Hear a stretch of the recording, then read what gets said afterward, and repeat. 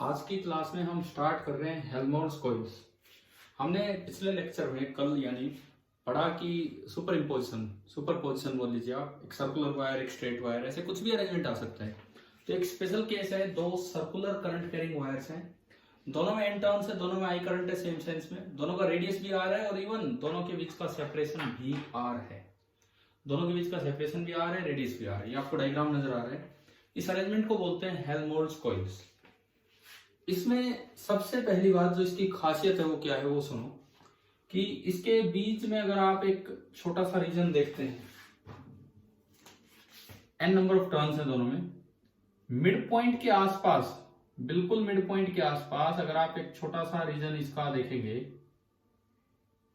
बिल्कुल mid point के आसपास, तो वहां पे फील्ड यूनिफॉर्म होगा। कैंसिल नहीं होंगे दोनों के फील्ड। देखो ये यूं घूम रहा है तो इसका फील्ड भी एक्सिस पे आगे होगा, ये यूं घूम रहा है तो इसका फील्ड भी एक्सिस पे आगे होगा, तो बीच में दोनों के फील्ड ऐड होंगे।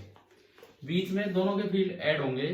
तो अगर मैं एक स्मॉल रीजन डेल्टा एक्स मानूं and delta X is very much smaller as compare to R, तो इस इलाके में जो बी होगा इधर होगा सेंटर, और जो बी एट द सेंटर है इस रीजन में, उसका फॉर्मूला होता है, वो निकल के आता है 0.72 mu not N I by R, and this is same over the region delta X. ये जो डेल्टा एक्स हमने लेंथ ली है, इस पूरी डेल्टा एक्स लेंथ में जो बी एट द सेंटर है ये बिल्कुल सेम रहेगा, ये इतना ही रहता है, nearly 0.72 mu not N I by R. अब मैं इसमें ये चीज सिखाता हूं कि मान लीजिए आपको बिल्कुल मिड पॉइंट पे बी निकालना हो, बिल्कुल मिड पॉइंट पे। बिल्कुल मिड पॉइंट का मतलब है यहां से भी दूरी r/2 और यहां से भी दूरी r/2। तो एक का फील्ड, दोनों की फील्ड और दोनों की डायरेक्शन सेम आएगी तो वो एड अप हो जाएंगी। तो पहले मैं अगर B1 लिखूं, पहले की वजह से B due to one coil, उतना ही B due to second coil होगा। उसका जो फॉर्मूला बनेगा, जो आपका एक्सिस का फॉर्मूला है, B1 बराबर B2 बराबर, कल हमने पढ़ा था mu not NI r² upon 2 times r² plus x² की पावर 3/2। तो म्यू नॉट NI r का स्क्वायर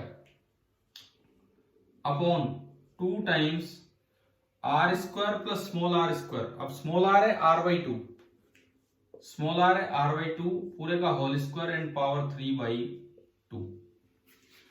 अब अगर इसको हम देखें, r² मैंने कॉमन लिया तो ये जो आपका बनेगा, ऊपर है mu not NI upon 2 times, ये बचा 3/2 r², so 3/2 raise to power 3/2 and r² raise to power 3/2, r² raise to power 3/2 is r³ and ऊपर है r², r² से r³ गया तो ये आ रहा है mu not NI by r।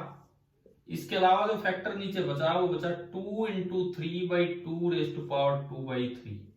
हम ये ऐसे तो सिंप्लीफाई करेंगे नहीं, तो इसकी वैल्यू 1 अपॉन ये जो भी आ रहा है, इसकी वैल्यू होती है 0.72 mu not NI by r।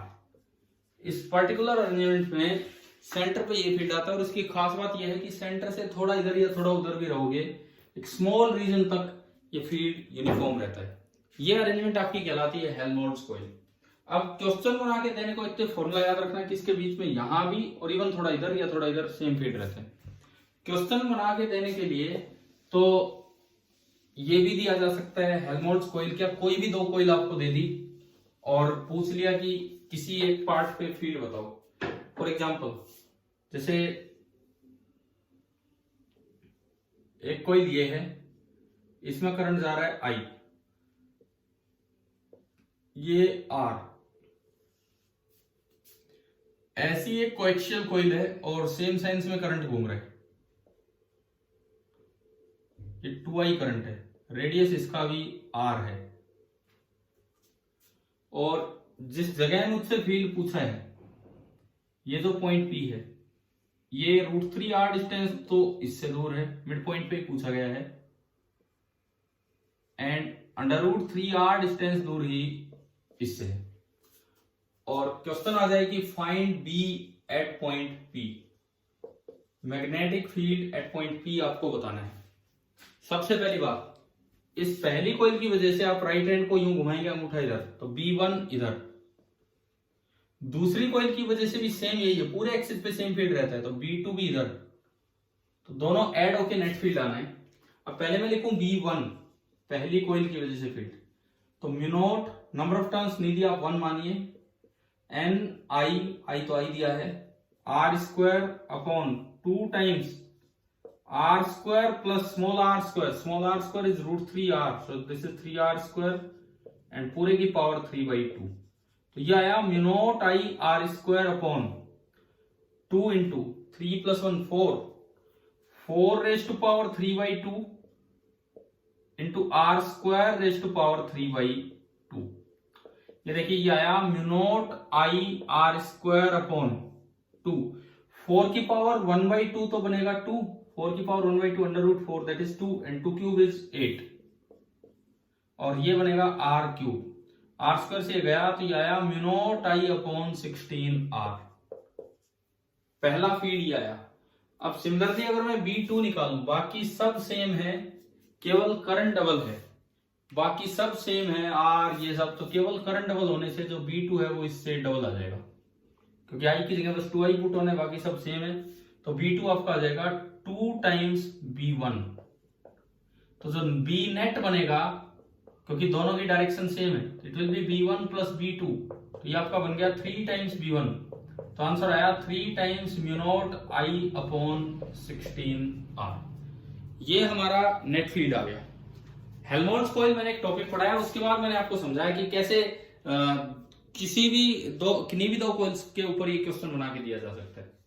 अगली चीज देखो, अगर इसी में सवाल में एक चीज कर दी जाए कि भाई ये डायरेक्शन एक करंट की यूं कर दी, मान लो ये मैं चेंज कर दूं, डायरेक्शन अगर यूं होगी तो ये वाला फील्ड इधर हो जाएगा, तो ये जो B1 हमने दिखाया ये आगे जाने की बजाय पीछे होगा, मैग्नीट्यूड सेम रहेगा, मैग्नीट्यूड सेम है, यहां तक सेम, लेकिन डायरेक्शन अपोजिट होने से B नेट बढ़ेगा, बड़े में से छोटा घटाना है, B2 माइनस B1 इधर, सो B2 is 2B1, so 2B1 minus B1 is again B1, तो इसका आंसर आ जाएगा mu not I upon 16R। तो आपको दो सर्कुलर कॉइल्स का फील्ड निकालना समझ में आ गया होगा। किस तरह से हेल्महोल्ट्ज कॉइल की एक स्पेशल पॉइंट बताया मैंने कि centre of the Helmholtz coil किसे बोला है, दोनों का रेडियस R है, सेम सेंस में करंट घूम रहा है, लेकिन दोनों के बीच का सेपरेशन भी R है। अगर बिल्कुल मिड पॉइंट पे पूछा जाए तो 0.72 टाइम्स म्यू नॉट NI/R ये फील्ड है, n नंबर ऑफ टर्न्स है। अगर मिड पॉइंट से आप थोड़ा इधर उधर भी होंगे तो भी करंट क्या रहेगा, बिल्कुल सेम। तो शायद ये टॉपिक समझ में आ गया होगा, आप अटेंड कीजिए ढंग से, फिर अगला टॉपिक देखते हैं।